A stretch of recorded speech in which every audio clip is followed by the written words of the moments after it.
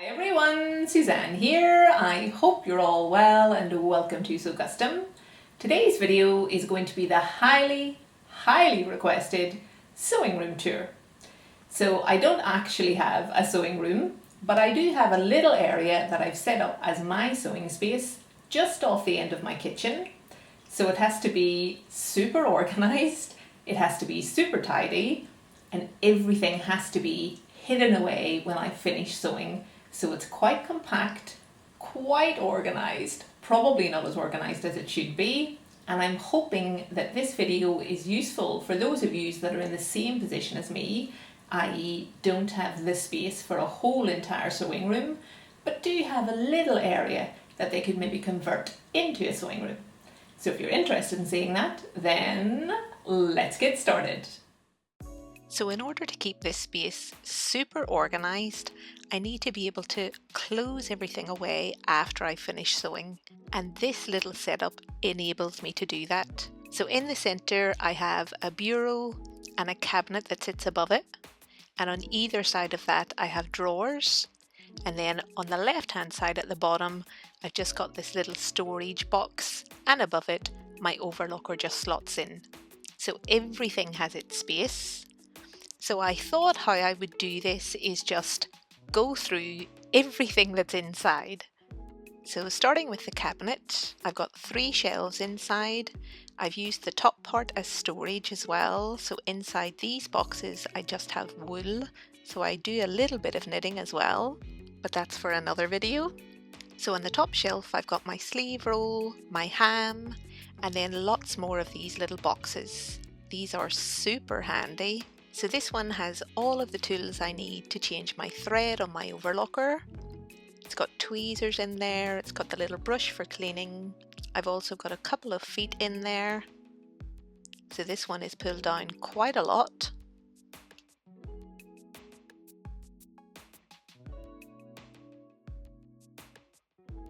And then next to that I have another box filled with zips. There's no rhyme or reason or any organization really in this, it's just a box full of zips. Handy though to have them all in the one place. And then below that I've got shoulder pads and stuff like that in that bigger box. I've got my headset for doing voiceovers. And then on the right hand side I've got some camera equipment there and some books that I've had since really I started sewing. So I have Dressmaking, a complete step-by-step guide. I've got Tilly and the Buttons, Love at First Stitch, and I've also got one of the Sewing Bee ones. To be honest though, these got very little use for me, so I should probably think about giving these away. But anyway, that's where they live. And then on the next shelf down, the center shelf, I have all of my pattern paper. So I have lots of spares in here. Lots of you ask in the comments what paper I use. This is my preferred paper. It's super inexpensive. It's really lightweight and does the job for me. I've got my spares of sellotape. And then in this box, I've got lots of bias binding and stuff. I shall spare you guys that detail. And onto the bottom shelf. So this is where I store my self-drafted patterns. I store them in these little wallets. They are super inexpensive. These ones come in a pack of 8 and I think they're something like $1.50 per pack. So once I have my pattern drafted, I pop it inside the wallet and then I label it just using one of these wee sticky labels. These are available at any stationers. And then I just hand write on it what it is and when I made it. And then I store my patterns inside these magazine racks. So these racks I got from Sainsbury's I think, but these again are available everywhere. And then on the right hand side I've got a little bit of borrowed space for my iron and my steamer. My iron I've showed before, my steamer I don't think I've shown. So the brand of this is Silvercrest. It's really standard. It has a little container at the bottom for the water. Steam comes out through those little holes at the top. It has this little brush attachment which I've never used, but the steamer itself, super handy to have. And then I've got my pressing cloths below that. And then on the left hand side, I have this little box which I store my memory cards in. And I store them in here because I have a real habit of losing them and also damaging them. So inside this little box seems to keep them pretty safe. Little attachment for my camera and onto the bureau. So the front obviously folds down to reveal my sewing machine. So I just pull it towards the front, pop my chair in underneath, and I'm ready to go. My plugs are down to the right hand side, just off camera here.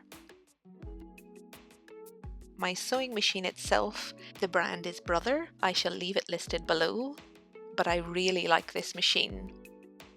It has loads of functions, and to be honest, I use very little of them, but it has a good, strong, powerful motor, and it's done me really well the length of time I've had it.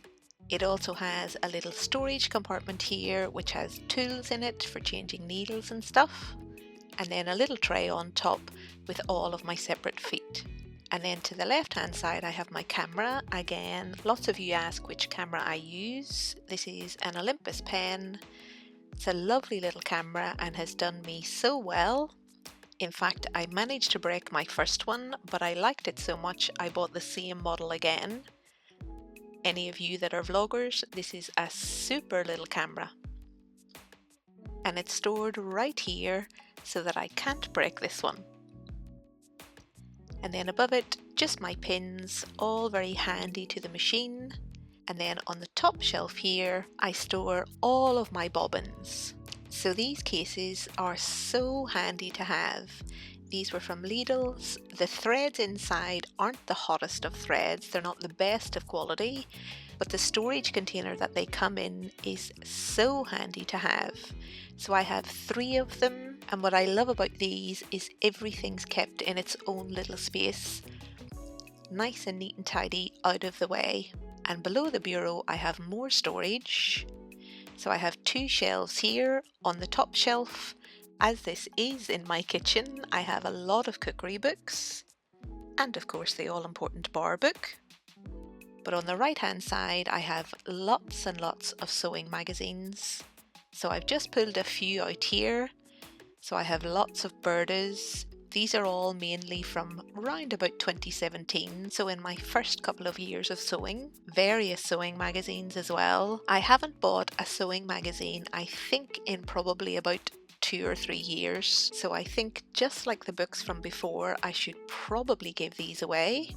And then on the bottom shelf, this is where I store all of my commercial patterns. And I'm storing my patterns here using the same boxes as I showed before, just in a larger size. So I'll just randomly pick a couple of patterns here just so that you guys can see. But if you want to see my full pattern collection, hop over to Instagram, where I've shown nearly everything I have. And then on the right hand side at the bottom, I just have some overspill of my own self-drafted patterns. And then tucked far into the right, I have a little bag of vintage patterns. And these are stored in their own little bag because, to be quite honest, they smell. I think wherever they were stored in their previous life was rather fusty. But I don't mind that in the slightest because I'm very happy to have this little set of lovely vintage patterns. So they have their own little home in at the corner of my bottom shelf. That finishes the bureau, the cabinet above and below. So now for the drawers. So I'm starting with the drawers on the left hand side. These are the ones that are used the most. They're situated so perfectly for me because my sewing machine, as you've just seen, is on the right. On the left is my overlocker, and I've got my cutting table, which you can just see the corner of here, and everything in these drawers is used over and over and over nearly every day. So the top drawer has my pattern weights. I store them in these little ceramic bowls that my husband and I made at a ceramics class. I've got all of my seam rippers, got the sellotape for patterning, and my rulers. So I have my straight ruler here, my curve, and also my set square. And then underneath those, all of my scissors, my rotary cutter, got my pens for patterning, measuring tapes, chalk pens for marking, and little snips. And as I say, everything in here is used nearly every day, hence it being in the top drawer. So for drawer number 2, I have all of my threads. So the little bobbin cases I showed earlier from Lidl's, they have exactly the same thing but in just threads. So I purchased a few of those. Again, the threads aren't the greatest of quality, but they're super handy for getting a lot of different colours all in one go. So I have those ones all at the back. At the front I have some top stitching thread, I have some silk threads, invisible thread which I haven't yet used, my little needle threaders, thimbles, and then for the silk thread it's much more economical to buy in these little tubes than it is just to buy single spools. So I purchased a few of those in the past. I'll leave those linked below. And then for drawer number 3, this is another very important little drawer. So this has my manuals for both my overlocker and my sewing machine. I do refer to these quite regularly, hence them being situated right here. The attachments for putting on a double spool for twin needling. Also in this drawer I have loads of feet. So some which I haven't used, some which I have. So my walking foot, my bias binding foot, my clapper,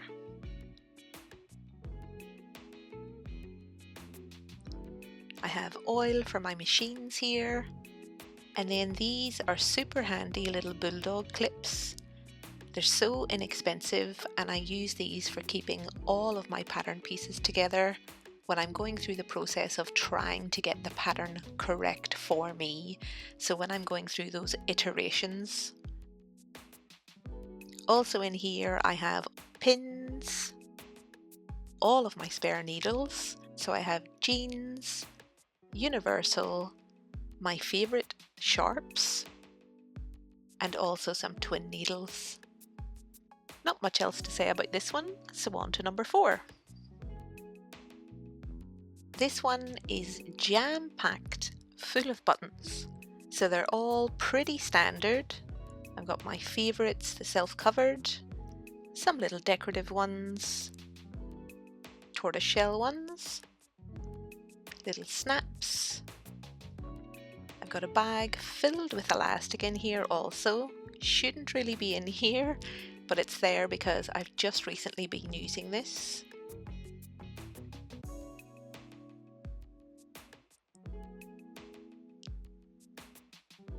I have a few little bags of buttons. The all-important fray check.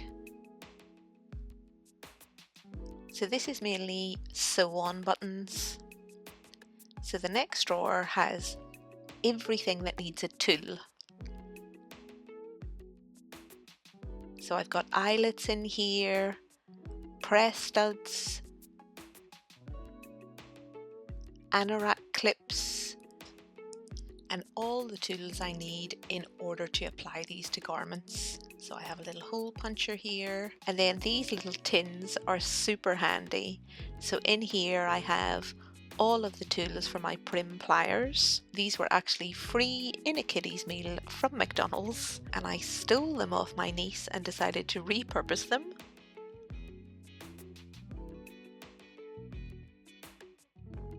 So I also have some fabric here that goes inside belts. I'm wanting to give that a little bit of a try soon. And something every sewer needs, a hammer. And then the next drawer, not much to say about this one, except it is jam-packed, filled with overlocker threads. So on to the next ones. And these next 3 are all filled with interfacing. So I have various types of interfacing. So I've got the canvas, which you guys will have seen me use many times. This is the press-on kind. And also wedged in the side of this drawer, simply because it won't fit in the tool drawer above, is a set of pliers. I bought these from a DIY shop, and I bought them mainly to use in corsetry. So I was having a play around with that last year. Need to get back to it again this year. But as I say, the next couple of drawers down again are filled with interfacing. So this bottom one has much lighter weight interfacing. So I've got cotton, voile, I've got some organza here that I used for silk. So that's all of my drawers.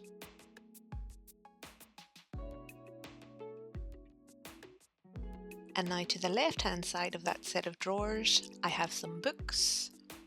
Some of these you guys will have seen, others are borrowed from the library, and I haven't really had a chance to go through them just yet. So they're a set of 3, one is on sewing techniques, one is on draping, and one is on pattern making. I can't recommend or not recommend these just yet. As I say, I haven't really had a chance to go through them. The other books I have on this shelf, I can highly recommend. So lots of you will already have seen these ones. They're always linked in the description box of all of my videos. Love these ones. And then one other addition to my book collection last year was this one. So I have read this from cover to cover. I absolutely love it. I've used some of the techniques in this already, but others I cannot wait to try. Fabulous book. So then I just have a couple of notebooks here, which I use to plan videos and patterns. I have my Mac stored in underneath along with its cable. And then below that, on this little unit, I have my overlocker and a little bin below it. So this is another IKEA unit. Really handy, my overlocker fits in super nice. And then in the bin below, I've just got lots of offcuts here, and these are all for making pockets, little bits of lining fabric. And then to the right hand side of that, in between the drawers and this unit, I have my cutting mats. I have 3 of them, and I just line these up end to end when I'm cutting a larger pattern piece.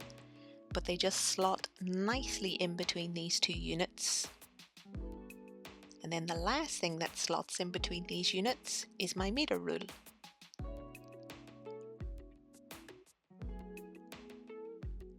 And now to set up my overlocker, I set it up on my breakfast bar area, which is this little area. I just move those stools out of the way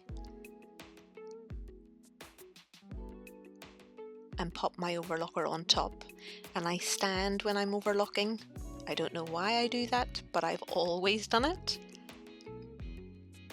So my overlocker itself is another Brother machine. Again, linked below in the description box. I've had this for a few years now. I really love it.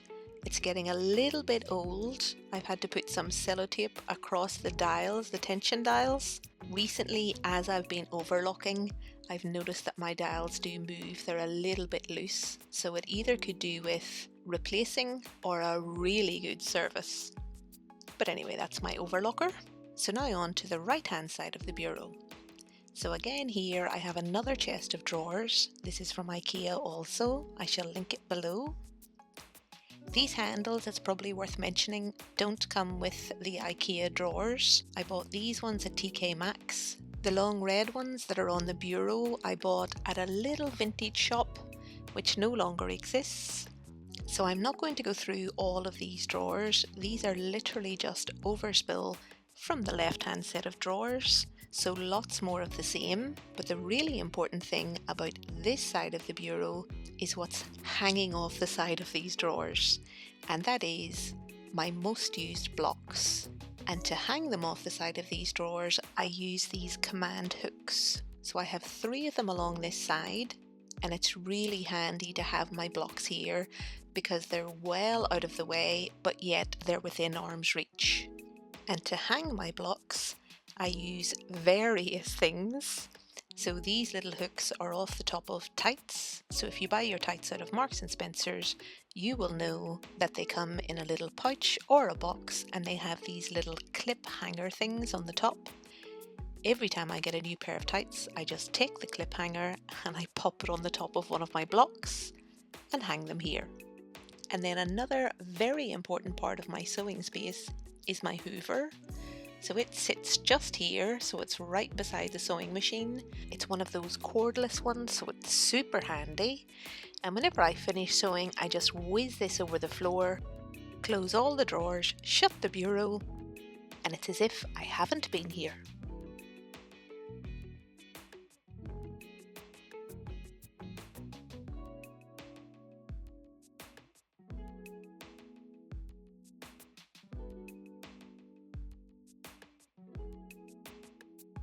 So I really hope you guys enjoyed the video. I hope you found it useful, and those of you that, as I said at the intro, don't have a big area that you can set up as a sewing space, I hope this shows that you can really borrow the smallest little bit of space and still be able to whip up loads of little garments. So I hope you found it useful. If you did, give it a thumbs up. If you've not yet subscribed, please do, and I shall see you guys in my next one. Until then, I hope you have a fantastic week. Bye, folks!